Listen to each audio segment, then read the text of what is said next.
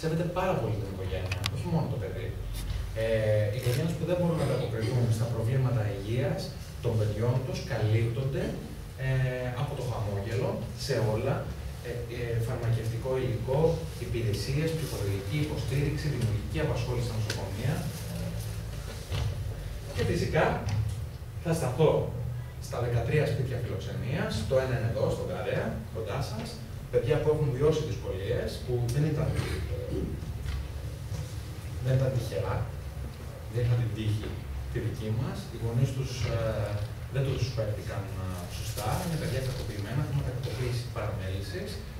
300 περίπου 30 παιδάκια αυτή τη στιγμή, 300 παιδάκια αυτή τη στιγμή κοντά μας, μεγαλώνουν με τις επιτυχίες τους, δηλαδή έχουμε τους φοιτητές μας, τους φαντάρους μας, τα παιδιά που έχουν κάνει τις δικές τους οικογένειες και Χριστούγεννα, Πάσχα, όπως και εσείς με την οικογένειά σας, έτσι και αυτά με τις γυναίκες τους, τους άντρες τους, θα επιστρέψουν σε εμάς, να περάσουμε όλοι μαζί τις γιορτές. Οικογενειακά, προσπαθώντας να μεγαλώσουμε αυτά τα παιδιά. Και φυσικά, χρόνο με την εθνική τηλεφωνική γραμμή για τα παιδιά, τη 1056, ένα εργαλείο που μπορείτε να χρησιμοποιείτε κι εσείς, είτε είστε εκπαιδευτικοί είτε γονείς, για οτιδήποτε σας απασχολεί. Θα μπορούσα να σας μιλάω ώρες για αυτή τη γραμμή, γιατί την αγαπάω πολύ. Αλλά πέρα από την αγάπη μου, θέλω να το έχετε σχηματικά στο μυαλό σας ως εξής.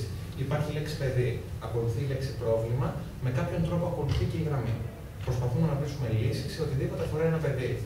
Από τις πρώτες κλήσεις που δεχτήκαμε, 95-96, αφορούσαν την ασύμμετρη βία μεταξύ παιδιών. Παιδιά που ασκούσε το ένα βία μεταξύ του άλλου. Το 2000 και μετά, εμείς το ξέραμε αυτό, το βλέπαμε, το χειριζόμασταν. Από το 2000 και μετά, όπως σας είπα, υπήρχε έτσι μια δημοσιογραφική, αλλά κυρίως τότε επιστημονική επικαιρότητα, αναβρασμός, ενδιαφέρον, γύρω από το φαινόμενο αυτό, το οποίο μελετώντας είδαμε ότι έχει και ένα όνομα και το λένε bullying. Το 2005 συμβαίνει το εξής στην Ελλάδα, που εμπλέκεται και το χαμόγελο. Το 2005, το Φεβρουάριο, εξαφανίζεται ένα παιδί στη Βέρεια. Τότε, όλη η Ελλάδα μιλάει για το παιδί που εξαφανίστηκε. Παρ' όλα αυτά, αρχίζουμε και βιώνουμε και ερχόμαστε πρώτη φορά αντιμέτωποι με το φαινόμενο, γιατί αυτό το παιδί που εξαφανίστηκε, 3 συμμαθητές του φερθήκαν άσχημα. Ο Άλεξ. Λοιπόν, εκεί λοιπόν ερχόμαστε πρώτη φορά αντιμέτωποι πλέον με ένα πολύ βαρύ περιστατικό, γιατί όλη η Ελλάδα ψάχνει, ακόμη και σήμερα κάποιοι αρνούνται να δεχτούν ότι ο Άλεξ είναι νεκρός, ότι μπορεί κάπου να ζει, ψάχνει αυτό το παιδί. Και λίγους μήνες μετά, μία μαθήτρια από την Αμάρινθο καταγγέλει το βιασμό της από κάποιους μαθητές της. Και όχι απλά καταγγέλει και το βιασμό της, αλλά τι συμβαίνει.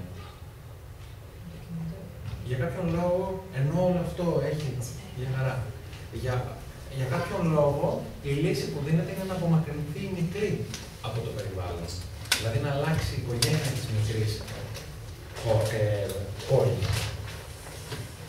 Και έτσι αρχίζουμε σιγά σιγά και σαν χαμόγελο να στρεφόμαστε κι εμείς γύρω από αυτό το φαινόμενο. Εξάλλου εμείς το ξέραμε, γιατί κάθε μέρα είμαστε στα σχολεία και πραγματοποιούμε παρεμβάσεις πρόληψης στα παιδιά σε θέματα βίας. Οπότε το φαινόμενο της σχολικής βίας, του εκφοβισμού, του bullying, το ξέραμε. Και ερχόμαστε λίγο να το δούμε και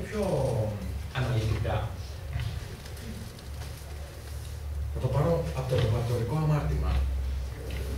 Πρώτη φορά πότε καταγράφεται το φαινόμενο του εκφοβισμού, του bullying. Ποιο είναι το πρώτο καταγεγραμμένο περιστατικό bullying στην ανθρωπότητα. Θα σας πάω αιώνες πίσω. Ψαλμοί των Εβραίων. Αυτά που οι Εβραίοι περιγράφουν ότι τραβούσαν από τους Αιγύπτιους, που τους κλέβαζαν για το Θεό που πίστευαν, που τους χτυπούσαν και τους φερόντουσαν άσχημα και τους λέγανε: Έλα, πού είναι ο Θεός σας να σας σώσει, που τους υποτιμούσαν για τη φυλή τους, θεωρείται ότι είναι το πρώτο φαινόμενο, καταγεγραμμένο φαινόμενο εκφοβισμού στην ανθρωπότητα. Αιώνες μετά, στη λογοτεχνία υπάρχει ο όρος bullying, τότε με θετική, όπως το Σέξπιρ, τότε με θετική χρειά. Στο Σέξπιρ, ο βασιλιάς Ερίκο, στο βασιλιά Ερίκο στρατηγός, ονομάζεται στο πρωτότυπο κείμενο bullying. Είναι αυτός, λέει ο στρατιώτης του από κάτω, ότι τον αγαπάω τον bullying αυτόν. Με εμπνέει. Και εμείς το μεταφράσαμε ο Κερατούφλης. Ή ο bullying που είναι στο όνειρο θερμινής νυχτός είναι ο Κουκ, το ξωτικό. Και εμείς το μεταφράσαμε ο Καλός και ο Καλογιάννης, ο Εξυπνούλης, ο Χαζούλης. Δεν είναι απλά αυτό το κακό, το bullying, ως προς τον Όλιβερ Twist έρχεται να γίνει αυτό. Να θεωρηθεί ο θρασίδηλος bullying. Ναι, ότι κανονικά θα πρέπει να προτρέψουμε το παιδί να βρει μόνο του τις λύσεις. Τον πούμε εμείς, κάνε αυτό, πήγαινε προς το δάσκαλο. Τελικά του περνάμε το έμεσο μήνυμα ότι δεν είσαι σε θέση μόνο σου να διαχειριστείς και το καταλαβαίνει αυτό, επομένως το καθιστάμε αδύναμο. Και απ' την άλλη, δεν πρόκειται ποτέ σε οποιαδήποτε στιγμή βρεθεί σε δύσκολη θέση να μπορέσει να τα απεξέλθει σωστά. Βέβαια. Άρα θεωρώ λάθος αυτό το ότι λέμε κάνε αυτό, κάνε εκείνο. Όχι λάθος. Εντάξει. Του λέμε ή μπορούμε να του πούμε εγώ στη θέση σου θα έκανα αυτό. Ή ξέρετε τι άλλο είναι πολύ πετυχημένο. Τι έκανες δηλαδή εσύ εκείνη την ώρα. Δεν έκανα τίποτα. Ωραία. Τι δεν μπορούσες να κάνεις. Θα μπορούσα. Με έναν τρόπο να το καθοδηγήσουμε χωρίς να του δώσουμε τη μαθημένη τροφή. Αυτό ακριβώς. Αλλά σαν ρόλο έχουμε ένα ρόλο, είμαστε πρόσωπο κύρους. Πέρα από το συνέστημα απέναντι σε ένα παιδί το οποίο το μεγαλώνουμε με τον ένα με τον άλλο τρόπο. Από εκεί και πέρα, ως πρόσωπο κύρους έχουμε μια ευθύνη και έχουμε και μια ισχύ.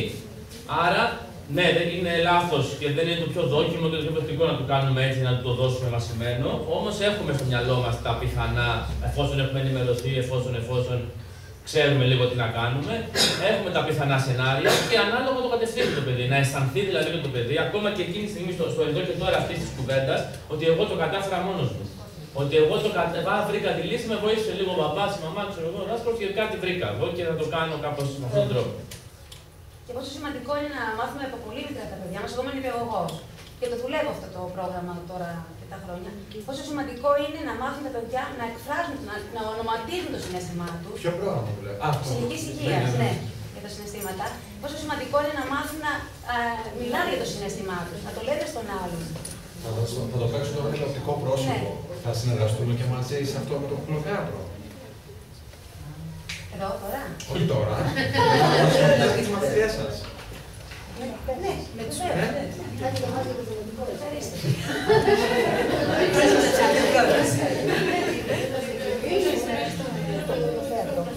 Λοιπόν. Να ολοκληρώσετε. Ναι. Επειδή έχασα ένα δεκάλεπτο, αλλά δεν ξέρω αν το είδατε. Φαντάζομαι ότι όλες αυτές τις περιπτώσεις αγγίζουν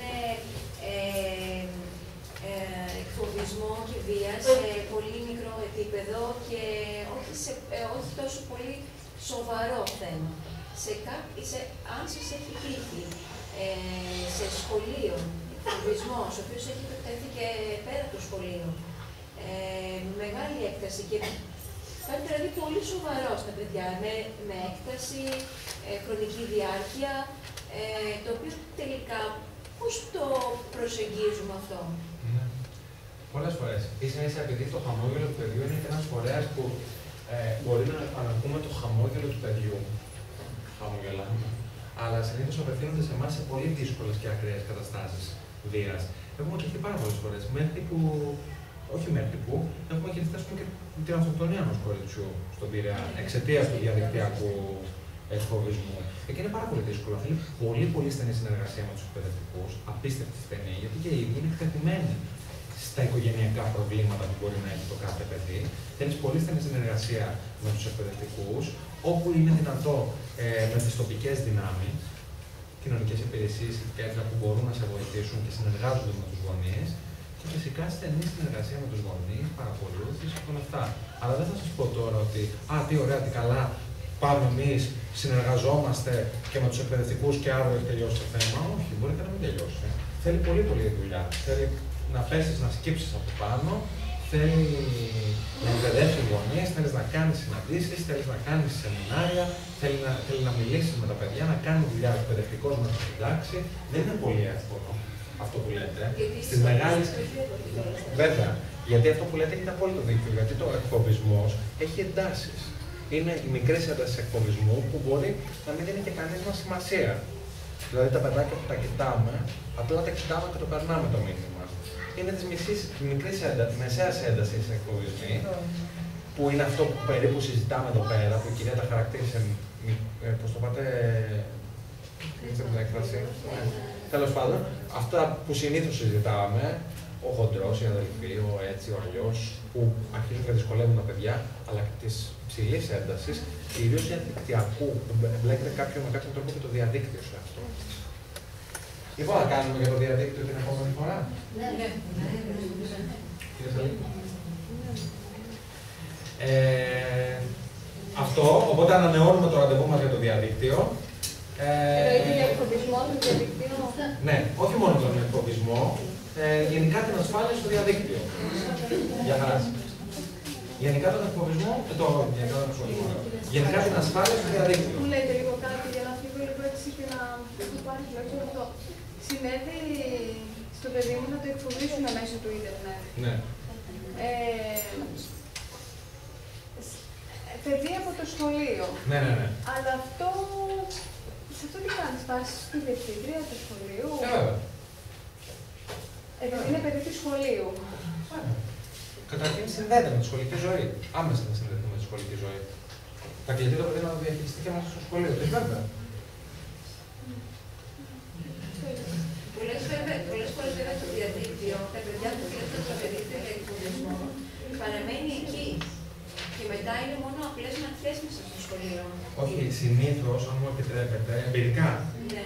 Δεν ξέρω για το δεδομένο σχολείο, για το συγκεκριμένο σχολείο. Όχι, δεν το λέω για το σχολείο. Εμπειρικά όμως ο Καδράς πάντα μεταφέρει στη σχολική αυλή μέσα στη Υπάρχει σχολική τάξη. μεταφορά, θα έλεγα, στο διαδίκτυο. Υπάρχει. Γιατί μέχρι στιγμής έχω ακούσει περιπτώσεις οι οποίες γίνονται στο διαδίκτυο, σε ώρες που τα παιδιά βρίσκονται μέσα και στο σχολείο παρουσιάζονται αλλιώς τα πράγματα. Καλά, παιδιά είναι. Εμένα με βρίσκει κάποιος στο διαδίκτυο, με βρίσκει ο συνάδελφός μου τώρα στο διαδίκτυο. Και την επόμενη μέρα τα γραφεία μας είναι δίπλα-δίπλα, σαν να καθόμαστε στο ίδιο πλανείο. Όντως. Την επόμενη μέρα δηλαδή του φερθώ σαν να τρέχει τίποτα.